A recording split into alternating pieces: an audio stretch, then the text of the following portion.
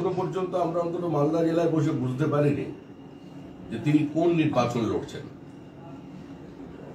বিগত দুটি ফেজে 6টি নির্বাচনে তৃণমূলের ফলাফল উত্তরবঙ্গের মানুষ জানেন। ফিরাবে কি শূন্য হাতে? কার্যত এই অবস্থান নিয়ে তিনি উত্তরবঙ্গে ব্যাপক সময় দিয়েছেন, কিন্তু উত্তরবঙ্গের মানুষের সমস্যার সুরাহা বা অতীতে তার দেহ প্রতিশ্রুতি উত্তরকন্যার মধ্যে দিয়ে উত্তরবঙ্গ উন্নয়ন পরিষদের মধ্যে দিয়ে সামগ্রিক অবস্থার পরিবর্তন তিনি করে দেবেন। উত্তরবঙ্গের মানুষকে আর কলকাতায় যেতে হবে না, উত্তরবঙ্গ থেকেই সমস্যার সমাধান হবে। উত্তরবঙ্গের মানুষ আজকে সেটা বুঝতে পারছে। আমরা বারবার যেটা বলছি, একজন উত্তরবঙ্গের তৃণমূল কংগ্রেসের বিধায়ককে দেখান, একজন উত্তরবঙ্গের তৃণমূল কংগ্রেসের কর্মী যারা এই নির্বাচনে প্রতিদ্বন্দ্বিতা করছেন, একজন মন্ত্রী, একটা দৃষ্টান্ত মানুষের সামনে রাখুন, মালদারই হোক আর আপনার শিলিগুড়িরই হোক। উত্তরবঙ্গের থেকে নির্বাচিত তৃণমূল কংগ্রেসের প্রতীকে কোন জনপ্রতিনিধি কোনদিন বিধানসভার ফ্লোরে দাঁড়িয়ে কথা বলেছেন যে মুখ্যমন্ত্রীর যে বাজেটারি অ্যালোকেশন উত্তরবঙ্গের জন্য তা পর্যাপ্ত নয়? একবারও উত্তরবঙ্গের কোন তৃণমূল কংগ্রেসের কর্মী বলেছেন যে যে টাকা উত্তরবঙ্গের জন্য ধার্য করা হয় সর্বাধিক 41% একবার খরচা হয়েছিল, 24% গড়ে খরচা হয় সেই টাকাও অন্য হেডে ট্রান্সফার করে নিয়ে চলে যাওয়া হয়। আজকে যে তৃণমূল কংগ্রেস এখানে এসে তাদের সার্বিক ব্যর্থতাকে ঢেকে রাখবার জন্য এবং সর্বোপরি লোকসভা নির্বাচন থেকে দূরে সরে গিয়ে তারা কার্যত কেন্দ্রের বঞ্চনার কথা বলছেন, তারা উত্তরবঙ্গকে লুট ছাড়া অন্য কিছু জিনিস উপহার দিতে পারেনি। আজকে এই মালদায় মহানন্দার কি অবস্থা? সরকারের ভূমিকা কি? কার্যত একটা নর্দমার আকার ধারণ করেছে গোটানো। আজকে শহরে জল জমছে, একটা প্রাচীন শহর ইংরেজ বাজার, সেখানে তৃণমূল কংগ্রেস সরকারের ভূমিকা কি? রেশম শিল্প কার্যত শেষ, আম এক্সপোর্ট বন্ধ হয়ে গেছে। আজকে তার পাশে সরকার দাঁড়াতে পারেনি। এখানে নারায়ণপুরে ঢাকঢোল পিটিয়ে ইন্ডাস্ট্রিয়াল এস্টেট তৈরি করবার যে ঘোষণা করেছিলেন, কথা বলেছিলেন, একটা ইন্ডাস্ট্রি ছাড়া কোথায় সেখানে? সেটা কার্যত ঘাস জমিয়ে গেছে। কার্যত গোটা উত্তরবঙ্গে এবং মালদার মতো অত্যন্ত গুরুত্বপূর্ণ একটি এলাকায় সেখানে কার্যত যার একটা নির্দিষ্ট অতীত আছে, একটা সংগঠিত গৌরবোজ্জ্বল ইতিহাসের সঙ্গে গৌরবঙ্গের সঙ্গে যে মালদার নাম জড়িত আছে, আজকে সেখানে সামান্যতম মৌলিক পরিবর্তন বর্তমানের এই সরকার তৃতীয়বার নির্বাচিত হওয়ার পর নিয়ে আসতে পারে। নির্বাচন যত এগোচ্ছে তৃণমূলের ভাষা সংস্কৃতি তত পরিবর্তিত হচ্ছে। কার্যত মুখ্যমন্ত্রী এখানে এসে যে কথা বলেছেন সেটা ভোট ভাগাভাগির কথা, হিন্দু মুসলমানের নামে কার্যত ভেঙে দিয়ে এবং কার্যত বৃহত্তর অংশকে একটা চ্যালেঞ্জের সামনে দাঁড় করিয়ে নির্বাচনী বৈতরণী পার করা। এবং মুখ্যমন্ত্রীর এই বক্তব্যে উৎসাহিত হয়ে হুমায়ুন কবির কালকে যে কথা বলেছেন, শক্তিপুরে দাঁড়িয়ে তিনি প্রকাশ্যে বলে দিলেন যে 30% এখানে হিন্দুরা থাকে, আমরা সমস্ত নদীতে ভাসিয়ে দেবো, ভাগীরথীতে ভাসিয়ে দেবো। আজকে বাংলার রাজনীতির ইতিহাসে এই বক্তব্য কোনোদিন মালদা মুর্শিদাবাদের মানুষ বা গোটা পশ্চিমবঙ্গের মানুষ কোনোদিন শোনেনি। আমরা বারবার যে কথা বলে আসছি সেটা হলো যে আজকের এই যে দিন, এই অবস্থার সঙ্গে তুলনা করা যায় 1946 সালে। কার্যত সুরাবর্দী যে ভাষায় বক্তৃতা করতেন মমতা বন্দ্যোপাধ্যায়ের বক্তৃতার সঙ্গে সেই বক্তৃতার কোথাও কোনো ফারাক নেই। মুখ্যমন্ত্রী মঞ্চে দাঁড়িয়ে প্রকাশ্যে বলে দিলেন যে রামনবমী একটা দাঙ্গা দিবস, যদি কেউ গালিগালাজ করে অর্থাৎ জয় শ্রীরাম বলে তাহলে তোমরা আল্লাহর নামে তৎক্ষণাৎ দোয়া করবে, শান্তির দোয়া। আর এই ধরনের কন্টিনিউয়েশন চলেছে। গতকাল আমাদের একজন নেতা বা নির্বাচিত জনপ্রতিনিধি হুমায়ুন কবিরের বক্তব্য। সে প্রকাশ্যে সমাজের বৃহত্তর জনগোষ্ঠীর বিরুদ্ধে ভারতবর্ষের মাটিতে বসে, পশ্চিমবঙ্গের মাটিতে বসে একজনের ঔদ্ধত্য এমন জায়গায় পৌঁছেছে যে এখানের যে সংখ্যাগরিষ্ঠ যারা আছে, যারা প্রকৃত রাম ভক্ত আছে, তাদেরই সে নদীতে মেরে ভাসিয়ে দেবার কথা বলছে। আবার কি পশ্চিমবঙ্গের মধ্যে একটা বাংলাদেশ তৈরি হবে? আবার কি এরা প্রকাশ্যে এই রাজ্য ভাগের দাবি তুলবে ধর্মের ভিত্তিতে? আজকে মালদার সমস্ত মানুষকে দলমতের ঊর্ধ্বে উঠে এই কথা চিন্তা করতে হবে, মুর্শিদাবাদের মানুষকে চিন্তা করতে হবে। এবং আজকের দিন আমাদের কাছে একটি ঐতিহাসিক দিন, অন্তত বিজেপির কাছে। আমি জানি ভবিষ্যতের রাজনীতি যারা লিখবেন বা রাজনীতির ইতিহাস যারা লিখবেন তারা অবশ্যই 2রা মে 2021টা ভুলে যাবেন না। আজকের এই 2রা মে 2021 সালে মমতা বন্দ্যোপাধ্যায় তৃতীয়বারের জন্য নির্বাচিত হন, তার সরকার ক্ষমতায় আসে। কিন্তু এই 2রা মে থেকে মাত্র 27 দিনের মধ্যে 56 জন বিজেপি কর্মীকে খুন করা হয়েছিল ভোট পরবর্তী হিংসায়। অসংখ্য মহিলা গণধর্ষিতা হয়েছিলেন বিজেপির হয়ে বুথে বসার অপরাধে প্রার্থীর হয়ে নির্বাচনী প্রচারে অংশগ্রহণ করবার জন্য। বহু বাড়িতে আগুন লাগানো হয়েছে, জেসিবি মেশিন দিয়ে ভেঙে দেওয়া হয়েছে, মানুষকে পরিযায়ী শ্রমিক বানিয়ে দেওয়া হয়েছে। যিনি মালিক ছিলেন, নিজের জমি ছিল, নিজের মাছের ভেড়ি ছিল, সিরাজগঞ্জ, অন্ধ্রপ্রদেশ, কেরলে গিয়ে পশ্চিমবঙ্গের বিভিন্ন প্রান্ত থেকে গিয়ে তারা গিয়ে পরিযায়ী শ্রমিকের কাজ করছে। এই যে সরকার, তাদের যে রাজনীতি পশ্চিমবঙ্গে চলেছে, আজকে একটা লোকসভা নির্বাচন, সারা ভারতের সরকার গঠন করা নির্বাচন। এই নির্বাচনটা কোনো অবস্থাতেই কোনো পঞ্চায়েত নির্বাচন নয়, আপনাদের ইংরেজ বাজারের মিউনিসিপ্যালিটি নির্বাচন নয়। এই নির্বাচন লোকসভা নির্বাচন, কিন্তু কার্যত এই নির্বাচনের স্তরকে নামিয়ে নিয়ে আসা হয়েছে পঞ্চায়েত। মুখ্যমন্ত্রী আক্রমণ করছেন প্রধানমন্ত্রীকে, একজন চ্যালেঞ্জ করছেন প্রধানমন্ত্রীকে। কিসের ভিত্তিতে? কার চ্যালেঞ্জ? কে গ্রহণ করবে? এদের ঔদ্ধত্য বা এদের ভাষা সংস্কৃতি এমন জায়গায় পৌঁছে দিয়েছে যে গোটা ভারতবর্ষের সামনে আজকে পশ্চিমবঙ্গ একটা হাস্যাস্পদ বিষয়ে দাঁড়িয়েছে। আমাদের মালদার এই জেলা থেকে পরিযায়ী শ্রমিক ব্যাপক সংখ্যায় বিভিন্ন রাজ্যে কাজ করছে। আজকে তাদের খোঁজ রাজ্য সরকার নেয় না। কোভিড যদি না আসতো আপনারা জানতেই পারতেন না আমাদের রাজ্যে পরিযায়ী শ্রমিক কত। ভারতবর্ষের অন্যান্য রাজ্যের যারা পরিযায়ী শ্রমিক হিসেবে এক রাজ্য থেকে অন্য রাজ্যে যান, তাদেরও একটি নির্দিষ্ট পদ্ধতি আছে। তারা হিসাব রাখেন যে তাদের মানুষজন কোথায় আছেন। কারণ এখন অতীতের মতো তার সামাজিক বন্ধন নেই, সেই বন্ধনটা পশ্চিমবঙ্গে ভেঙে ফেলা হয়েছে পরিকল্পিতভাবে। বাম জমানায় হয়েছে এবং পরবর্তীকালে তৃণমূল কংগ্রেসে তাদের বিধ্বংসী আধিপত্যবাদ প্রতিষ্ঠা করবার পর আজকে সমাজ এই জায়গায় পৌঁছায়।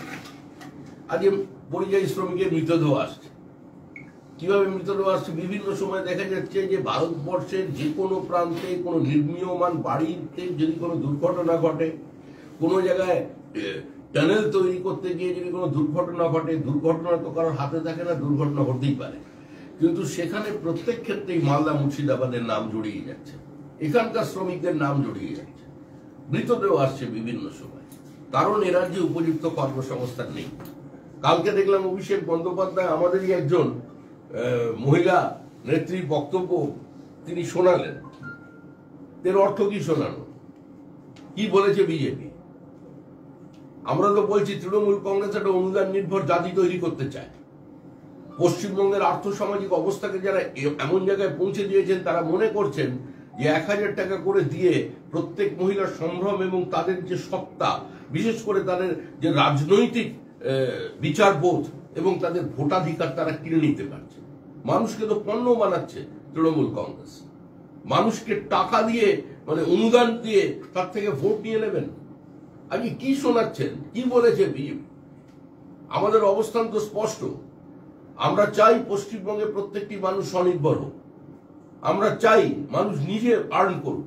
কিন্তু পশ্চিমবঙ্গের এই মুহূর্তে যা পরিস্থিতি আছে, নতুন সরকার এসে একটা লেভেল প্লেইং গ্রাউন্ড তৈরি করবার আগে পর্যন্ত লক্ষ্মীর ভান্ডারের যে টাকা 1000 টাকা করে দেওয়া হচ্ছে, সে টাকা আমরা 3000 টাকা করে দেব।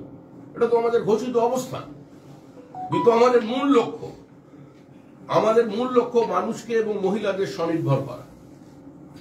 আমাদের মূল লক্ষ্য হচ্ছে শিল্পক্ষেত্রে একটি সুস্থ প্রতিযোগিতা তৈরি করা, পশ্চিমবঙ্গকে বিনিয়োগের একটা কেন্দ্র বানানো। পশ্চিমবঙ্গে যেভাবে শিল্প একটার পর একটা শিল্প ছেড়ে চলে যাচ্ছে সেটা থেকে রক্ষা করা। আজকে এই মহানন্দার সমস্যা রাজ্য সরকার মেটাতে পারবে না। কেন্দ্রের সঙ্গে সংঘর্ষণের সমন্বয়ের মধ্যে দিয়ে আমাদের যদি এখানে সরকার তৈরি হয়, এবং সরকার তৈরি হবে 2026 সালের আগেই হবে, ডাবল ইঞ্জিন সরকার হবে। আর ওই ডাবল ইঞ্জিন সরকার এই মালদারে বসে এই মহানন্দার সমস্যার সমাধান করবে। এখানে টি এক্সপোর্ট, এখানে আমের এক্সপোর্ট যাতে ঠিকঠাক হয়, এখানে সিল্কের যে ব্যবসা ছিল সেটা যেন অতীতের গৌরব ফিরে পায়, আমরা সেই জায়গায় দেখবো। কিন্তু তৃণমূলের যে রাজনীতি, হিংসা এবং বিভাজনের রাজনীতি। আজকে আমাদের দীর্ঘদিনের পার্টি কর্মী প্রতাপ সিং এর পুরনো মামলা, তাকে সিআইডি ডেকে পাঠাচ্ছে। কেন ডেকে পাঠাচ্ছে সিআইডি? নির্বাচনের আগে আজকে বিভিন্নভাবে তাদের মতকে অন্যদিকে ঘুরিয়ে দেওয়ার জন্য আজকে বিজেপি কর্মীদের মধ্যে আতঙ্ক তৈরি করা হচ্ছে। আজকে পূর্ব মেদিনীপুরে বিজেপি কর্মীকে খুন করা হয়েছে, আপনারা দেখতে পেয়েছেন, ভিডিও ভাইরাল হয়েছে, মেরে ফাঁস দিয়ে ঝুলিয়ে দেওয়া হয়েছে ময়নায়। এই আতঙ্কের আবহে তারা নির্বাচন তৈরি করছে এবং কার্যত মালদা মুর্শিদাবাদ জেলার তৃণমূল কংগ্রেস যে রাজনীতি করছে সেটা হচ্ছে একদম ধর্মীয় মেরুকরণের রাজনীতি, মৌলবাদের কাছে আত্মসমর্পণের রাজনীতি, রাম ভক্তদের বিরুদ্ধে রাজনীতি। ওপার বাংলার মানুষ যদি এপার বাংলায় আসেন, হিন্দু যারা সর্বোচ্চ ত্যাগ করে তাদের নাগরিকত্ব দেবার বিরোধী মমতা বন্দ্যোপাধ্যায় উনি প্রকাশ্যে কথাটা বলুন। উনি প্রকাশ্যে দাঁড়িয়ে বলুন, এই ঘুরিয়ে পেঁচিয়ে মানুষের কাছে 70% 30% ভাগ করার হুমায়ুন কবিরের মতো লোকজনের জন্য নয়। তিনি প্রকাশ্যে দাঁড়িয়ে বলুন যে আমি পূর্ববঙ্গ থেকে আগত হিন্দু উদ্বাস্তুদের নাগরিকত্ব দেওয়ার বিরোধী। সরাসরি সহজভাবে কথা বলুন। পশ্চিমবঙ্গের মানুষ তৃণমূল কংগ্রেসকে চিনেছে, তৃণমূল কংগ্রেসকে গ্রহণ করেছে এবং দীর্ঘদিন তাদের কাজকর্ম দেখে তৃণমূল কংগ্রেসকে প্রত্যাখ্যান করছে।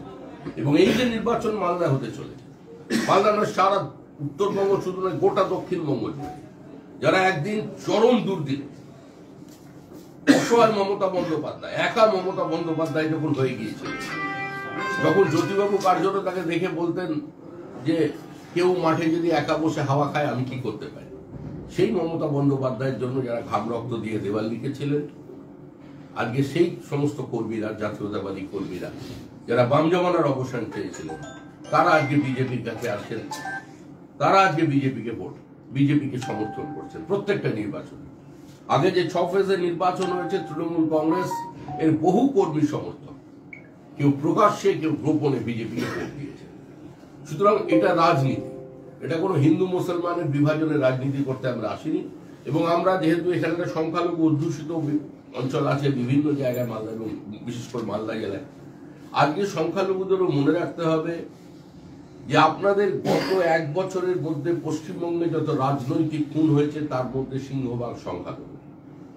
সংখ্যালঘুদের গ্রামে তাদের জীবন্ত আগুনে পুড়িয়ে দিয়ে আজকে যারা মনে করছেন যে আবার সংখ্যালঘুদের দিকে তাকিয়ে কিছু কথা বলবেন, এবং এখনকার সংখ্যালঘু উন্নয়নের কথা আগে বলা হতো, আগে তাদের রিজার্ভেশনের কথা বলা হতো, এখন তো রিজার্ভেশনের কথা বলা হচ্ছে না, এখন সরাসরি বলা হচ্ছে হিন্দুদের আক্রমণ করবার কথা। তোমরা যেখানে মেজরিটি সেখানে মাইনরিটি আছে যারা হিন্দু রাম ভক্ত, তাদের উপরে আক্রমণ করো, তাদের অধিকার যেগুলো আছে সেগুলো বাজেয়াপ্ত করে দাও।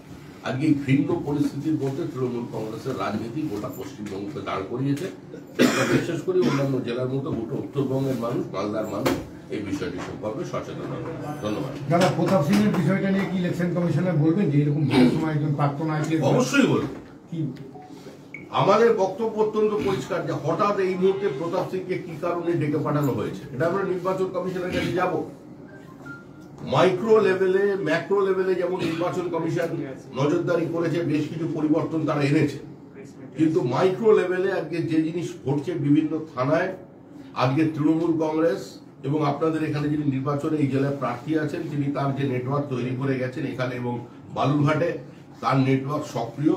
বিভিন্ন জায়গায় বিজেপি কর্মীদের অস্বস্তিতে ফেলা, তাদের উপর মিথ্যা মামলা দেওয়া, পুরনো মামলা টেনে আনা, হঠাৎ সিআইডি কে ঢুকিয়ে দেওয়া, এই যে জিনিস চলছে, আমরা এর জন্য যেটা করার আইনানুগ ব্যবস্থা করব এবং আমরা মানুষের কাছেও।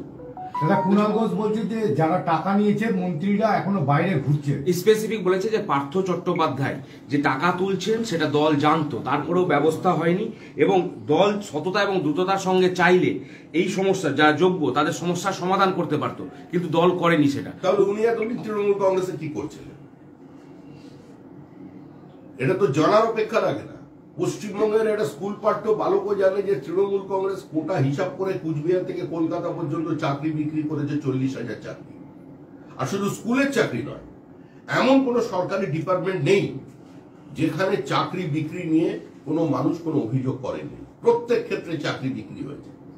তিনি যখন জানতেন, এর উত্তর এখন তৃণমূল কংগ্রেসকে দিতে হবে। কারণ এই কুণাল ঘোষ ধারাবাহিকভাবে প্রায় গত 2021 সালের আগে থেকে ধারাবাহিকভাবে সে তৃণমূল কংগ্রেসকে ডিফেন্ড করেছে, তৃণমূল কংগ্রেসের হয়ে আক্রমণাত্মক হয়েছে, তৃণমূল কংগ্রেস হয়ে অধিকারী পরিবারকে আক্রমণ করেছে, তৃণমূল কংগ্রেসের নরেন্দ্র মোদী আমাদের গৃহমন্ত্রীকে আক্রমণ করেছে, এবং বারবার তৃণমূল কংগ্রেসের বিভিন্ন অপকর্মকে ডিফেন্ড করেছে। আজকে যদি সেই কুণাল ঘোষ এই কথা বলে, তাহলে এর দায়িত্ব নিতে হবে তৃণমূল কংগ্রেসকে, উত্তর দিতে হবে মুখ্যমন্ত্রী মমতা বন্দ্যোপাধ্যায়কে। কারণ যিনি মমতা বন্দ্যোপাধ্যায় ছবি নিয়ে বলেন যে মমতা বন্দ্যোপাধ্যায় আমার নেত্রী এবং আমার সেনাপতি হচ্ছে অভিষেক বন্দ্যোপাধ্যায়, তিনি যখন বলছেন যে পার্থ চট্টোপাধ্যায় টাকা তুলতেন সেটা দল জানতো, এবং দল জেনেও যদি ঠিক মতো ব্যবস্থা নিত তাহলে বেরিয়ে আসা যেত, তাহলে এর জবাবদিহি কুণাল ঘোষকে নয়, এর উত্তর মুখ্যমন্ত্রী মমতা বন্দ্যোপাধ্যায়কে দিতে হবে। কুণাল ঘোষ কি দলে নেবেন? কুণাল ঘোষ যদি আসতে চায় বিজেপিতে? আমরা জানি এই মুহূর্তে কুণাল ঘোষ তৃণমূল কংগ্রেসের ব্যাট করছে।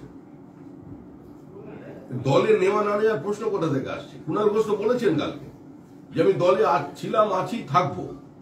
এবং কুণাল ঘোষ এখনো তো বলছেন যে তার নেত্রী হচ্ছেন মমতা বন্দ্যোপাধ্যায় এবং তার সেনাপতি হচ্ছেন অভিষেক বন্দ্যোপাধ্যায়, বলে তিনি দুর্নীতির একটার পর একটা দুর্নীতি তুলে ধরছেন। তা এখন অভিষেক বন্দ্যোপাধ্যায়, মমতা বন্দ্যোপাধ্যায় বলুন কুণাল ঘোষ ঠিক বলছেন না ভুল বলছেন।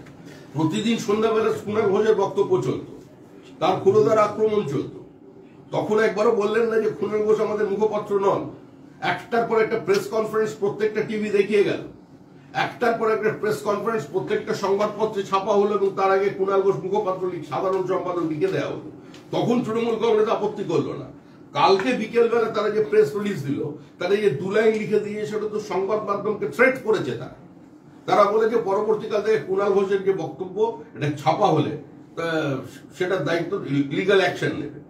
এটা কোনোদিন হয়? একটা রাজনৈতিক দল, যারা রাজনৈতিক দল বলে দাবি করছে, সংবিধানের শপথ নিয়ে তৃতীয়বারের জন্য ক্ষমতা এসছে, তারা সংবিধানকে আক্রমণ করছে, সাংবিধানিক প্রধানকে আক্রমণ করছে, যুক্তরাষ্ট্রীয় ব্যবস্থাকে আক্রমণ করছে, সিএজিকে আক্রমণ করছে, নির্বাচন কমিশনকে আক্রমণ করছে, প্রধানমন্ত্রী গৃহমন্ত্রীকে আক্রমণ করছে, সংবাদ মাধ্যমকে আক্রমণ করছে। এটা কি কোনো রাজনৈতিক দল বলা যায়? এটা কি কোনো রাজনৈতিক দলের কাজ? বলছি জিটিএ যে নিয়োগ দুর্নীতি, সেই নিয়োগ দুর্নীতিতে সিবিআই অনুসন্ধানে স্থগিতাদেশ দিয়েছে সুপ্রিম কোর্ট। কোন জায়গায় যখন মামলা করা হয়, আমি যদিও আইনের মানুষ নন, আপনারা দেখবেন সাংবাদিক, এই হিয়ারিং এর আগে একটা অন্তর্বর্তী স্থগিতাদেশ দেওয়া হয়। মামলা খারিজ হয়নি, শুধুমাত্র স্থগিতাদেশ হয়েছে, তাও অন্তর্বর্তী স্থগিতাদেশ। দুর্নীতি যে জিটিএতে হয়েছে এটা প্রতিষ্ঠিত, দুর্নীতি যেটা হয়েছে সেটা জনমনে প্রতিষ্ঠিত এবং এটা দৃশ্যমানতা আছে। এখন আইনি সেই মোহর লাগানো বাকি। কেউ যদি মনে করে যে এখন এই অন্তর্বর্তী স্থগিতাদেশের কারণে উদ্বাহন নৃত্য শুরু করবেন হাত মাথার উপরে তুলে যে ওখানে কোনো দুর্নীতি হয়নি, এটা মিথ্যা অভিযোগ, তাহলে তিনি ভুল করবেন। সর্বত্র দুর্নীতি আছে। এমন কোন ডিপার্টমেন্ট নিয়ে আসতে পারবে না পশ্চিমবঙ্গ সরকার যেখানে স্বচ্ছতার সঙ্গে নিয়োগ হয়েছে। WBCS থেকে শুরু হয়েছে, এবার PSC আসবে, প্রাইমারি, আপার প্রাইমারি, কলেজ শিক্ষক নিয়োগ, বিভিন্ন জায়গায় বদলি, স্কুলের হেডমাস্টার কি করেছেন, হেডমাস্টার যে ঘটনায় স্কুলের প্রধান শিক্ষক নিয়োগের ক্ষেত্রে, শিক্ষিকা নিয়োগের ক্ষেত্রে কি করেছেন। বহু মানুষের কাছে SMS আসেনি, যারা কোয়ালিফাই করেছিল, SMS পর্যন্ত আসেনি। পরবর্তীকালে দেখা যাচ্ছে কাগজে কলমে যে তিনি আসেননি, অ্যাবসেন্ট। এইভাবে নিয়োগ সম্পূর্ণ করা হয়েছে। প্রত্যেকটা জায়গায় বিক্রি হয়েছে, দোকানদারি হয়েছে, পুলিশ, খাদ্য দপ্তর, দমকল আসবেন পর। মিউনিসিপ্যাল সার্ভিস কমিশন, মিউনিসিপ্যালিটিতে কোনো মিউনিসিপ্যালিটি বাকি নেই। তো এটা চারিদিকে চলছে। এরকম সরকার ভারতবর্ষে কোনোদিন আগে আসেনি। বলছি দাদা, আবার কংগ্রেস নেতা খুন, নারকেলডাঙ্গাতে কংগ্রেসের ওয়ার্ড সভাপতি খুন হয়েছে অভিযোগ, কলকাতাতে। কংগ্রেস নেতা খুন হয়েছে, ওয়ার্ড সভাপতি। দেখুন, মৃত্যু মর্মান্তিক, দুর্ভাগ্যজনক, তার পরিবারের প্রতি সমবেদনা জানাচ্ছি, কিন্তু কংগ্রেসের কোয়ার্ড নেতাটা এই মুহূর্তে কলকাতায় আছে বলে, নারকেলডাঙ্গা আছে বলে জানানি। দু একজন থাকতে পারে, কিন্তু যেই মারা যান বিষয়টা জানানি, মন্তব্য করতে পারছি না। তবে খুনি এই রাজ্যে কোনো আইন শৃঙ্খলা নেই, সেটা মুর্শিদাবাদে দেখেও বোঝা যাচ্ছে। এবং মুর্শিদাবাদ যে বিচ্ছিন্ন নয়, যে আপনি বলে দেবেন তো ডোমকলে এ ধরনের ঘটনা প্রায় ঘটে, এবারে হচ্ছে কি আর নতুন, কলকাতাতেও হচ্ছে। বলছি হাওড়ার বাঁকড়া তৃণমূল পরিচালিত গ্রাম পঞ্চায়েত বাঁকড়া 3 নম্বর, সেখানে প্রধানের উপস্থিতিতে সেখানে গুলি চলেছে, একজন গুলিবিদ্ধ হয়েছে। দুষ্কৃতীরা 5 থেকে 6 জন দুষ্কৃতী মুখ বেঁধে ঢোকে এবং গামছা বেঁধে, এবং তারপর সেখানে গুলি চালায়। কি বলবেন? কাল লেগেছে তৃণমূলের, তো একজন জখম হয়েছে, এখনো জানা যায়। তাহলে জানবেন তৃণমূলের সঙ্গে তৃণমূলের লড়াই। পশ্চিমবঙ্গে এই মুহূর্তে কোনো রাজনীতি নেই, শুধু নিজের দিকে ঝোল টানা। নাও আর নেভার, ক্ষমতাটা চলে যেতে হবে, শেষ মুহূর্তে যা পারি ভাগ বটরা, এই নিয়ে গণ্ডগোল। আর গত 3 বছরের ইতিহাস যদি দেখেন, সর্বাধিক রাজনৈতিক খুন হয়েছে তৃণমূল কংগ্রেসের কর্মী, এবং তার 100% অভিযোগী তৃণমূল কংগ্রেসের বিরুদ্ধে। বলছি সন্দেশখালী কলকাতা হাইকোর্টের রিপোর্ট জমা দিয়েছে সিবিআই, তদন্ত সঠিক পথেই এগোচ্ছে মন্তব্য করেছেন প্রধান বিচারপতি। সুপ্রিম কোর্টের কোনো স্থগিতাদেশ নেই, তাই কলকাতা হাইকোর্টের নির্দেশে যথাযথভাবে মানতে হবে মন্তব্য করেছেন প্রধান বিচারপতি। আর আরেকটা তার সাথে আরো বলে দিয়েছেন তিনি, মহিলাদের ভয় দূর করার জন্য প্রয়োজন হলে মহিলা আধিকারিক নিযুক্ত করতে হবে সিবিআইকে। জাতীয় মানবাধিকার কমিশনকে মামলায় যুক্ত করার অনুমতি দিল আদালত। এই বিষয়টা দেখুন, যে কোনো তদন্ত বন্ধ করবার জন্য রাজ্য সরকার মানুষের দেয় করের টাকা খরচা করে সুপ্রিম কোর্টে যায় এবং ধারাবাহিকতা বজায় রেখেই তিরস্কৃত হয়, এবং অবস্থান সুপ্রিম কোর্টের হাইকোর্ট রাজ্য সরকারের বিরুদ্ধে যায়। এক্ষেত্রেও সেটা হয়েছে। সন্দেশখালীতে কি হয়েছে মানুষের জানা, তবে আমি এখনো বলছি, যা হচ্ছে এখনো পর্যন্ত আপনাদের সামনে এসছে সেটা সন্দেশখালী ব্লক 2 এর ঘটনা, এখনো সন্দেশখালী ব্লক 1 পুরোপুরি আসেনি। আর সন্দেশখালীও কোনো বিচ্ছিন্ন ঘটনা নয়, এরকম অনেক সন্দেশখালী আছে, নামে বেনামে বিভিন্ন চেহারায় বিভিন্ন বেশে শাহজাহানরা সমাজের সর্বক্ষেত্রে আজকে বিদ্যমান আছেন। কারণ শাহজাহান কোনো বিচ্ছিন্ন ব্যক্তি নয়, শাহজাহান একটা এজেন্ডাকে বাস্তবায়িত করছিল, যেটা ছিল তৃণমূল কংগ্রেসের এজেন্ডা। আর এক্ষেত্রেও আবার প্রমাণ হয়ে গেল, আবার রাজ্য সরকারের প্রমাণ হয়ে গেল যে এই সরকার প্রকৃত সত্য উদ্ঘাটন করতে চায় না। এই সরকারের একমাত্র উদ্দেশ্য হচ্ছে লুটেরা, চোর, ডাকাতদের বাঁচানো, তাও সরকারি টাকায়, মানুষের দেওয়া কর টাকায়। এই যে ছাত্র যোগ্য প্রার্থীদের চাকরি চলে গেল বলে বলছেন চাকরি খেকো বিজেপি, বলছেন কিসের জন্য বলছে? চাকরি খেয়ে নিয়েছে তো তৃণমূল। যাদের চাকরি পাওয়ার কথা ছিল তাদের চাকরিটা বিক্রি করেছেন কলমি শাকের মতো বাজারে। এখন চাকরি চোরেদের বাঁচানোর জন্য এই এতগুলো 26,000 মানুষকে বিপদের মুখে ঠেলে তাদের সর্বনাশ করে দিয়ে আজকে রাজ্য সরকার বসে আছে। বলছি ওই সন্দেশখালীতে সিসিটিভি এবং এলইডি লাইট লাগানোর ব্যবস্থা করার নির্দেশ দিয়েছিল 10 এপ্রিল হাইকোর্ট, কিন্তু কোনো রিপোর্ট রাজ্য সরকার জমা দেয়নি এই বিষয় নিয়ে। সেই কারণে বলেছে যে বিচারপতি বলেছেন যে এই অভিযোগে উপযুক্ত পদক্ষেপ গ্রহণ করতে পারে হাইকোর্ট, এবং দ্রুত সেখানে এই লাইট এবং সিসিটিভির ব্যবস্থা করতে হবে। কলকাতা হাইকোর্টকে রাজ্য সরকার মানে না, রাজ্য সরকার তো এটা নয়। পশ্চিমবঙ্গের যে সরকারটা আছে ওটা পশ্চিমবঙ্গ রাজ্য সরকার নয়, তৃণমূল কংগ্রেস সরকার। সেই সরকারটা হাইকোর্ট মানে না। হাইকোর্টের বিচারপতিদের বাড়িতে গিয়ে পোস্টার মানে, হাইকোর্টে বিভিন্ন সময় গিয়ে বিচারপতিদের কোর্টরুমের মধ্যে তাদের শারীরিকভাবে নিগৃহীত করে, মুখ্যমন্ত্রী বেআইনি বলেন, হাইকোর্টকে আক্রমণ করে, কদর্য ভাষায় বিচারপতিদের আক্রমণ করা হয়। সুতরাং তারা অর্ডার দেবে, কি করে মানবেন? এই সরকার তো সমস্ত কিছুর ঊর্ধ্বে। হাইকোর্টের অর্ডার কমপ্লাই পশ্চিমবঙ্গ রাজ্য সরকার করে না, মানে তৃণমূল সরকার। দাদা একটা প্রশ্ন শেষ করলাম, একটা।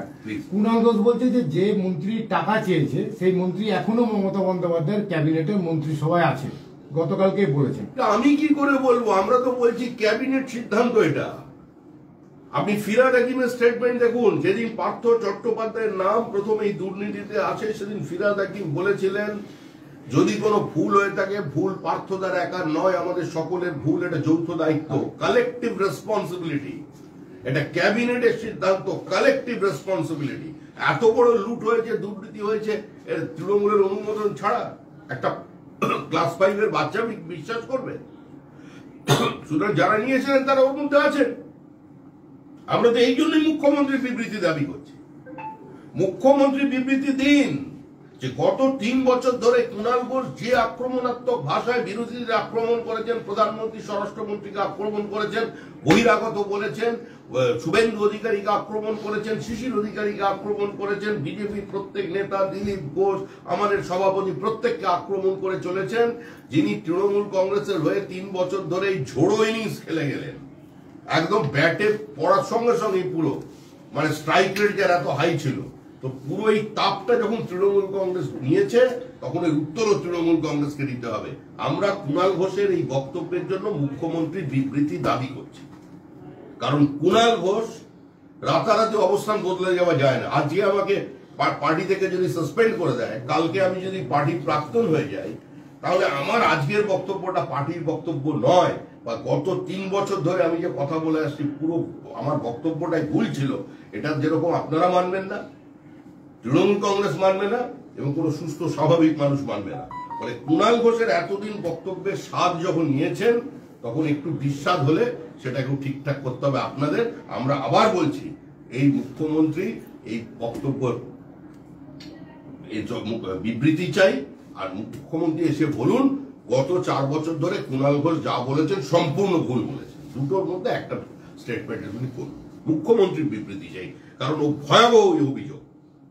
কুণাল ঘোষ দলের সাধারণ সম্পাদক, কুণাল ঘোষ দলের মুখপাত্র, এবং আমরা জানি তৃণমূল কংগ্রেস বর্তমানে সরকারের বাইরে থেকে পরিচালিত হয়।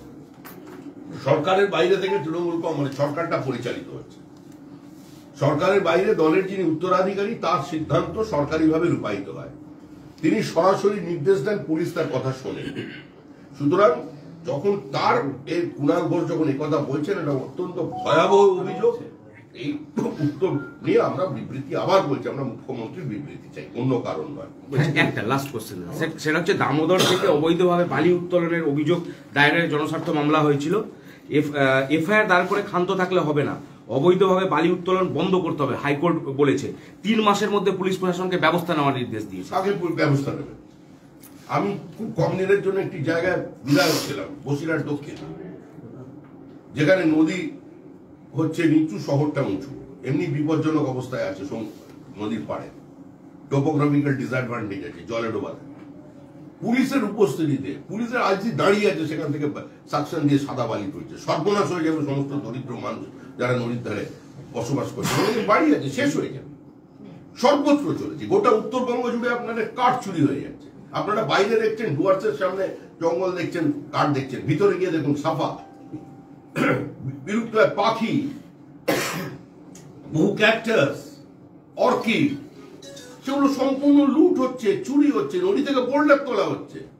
প্রকৃতির বিরুদ্ধে যুদ্ধ ঘোষণা করেছে তৃণমূল কংগ্রেস, প্রকৃতিকে বাঁচানোর জন্য। শুধু প্রজন্ম নয়, প্রকৃতিকে বাঁচানোর জন্য ওই সরকারটাকে বা এই দলটাকে শেষ করা হচ্ছে।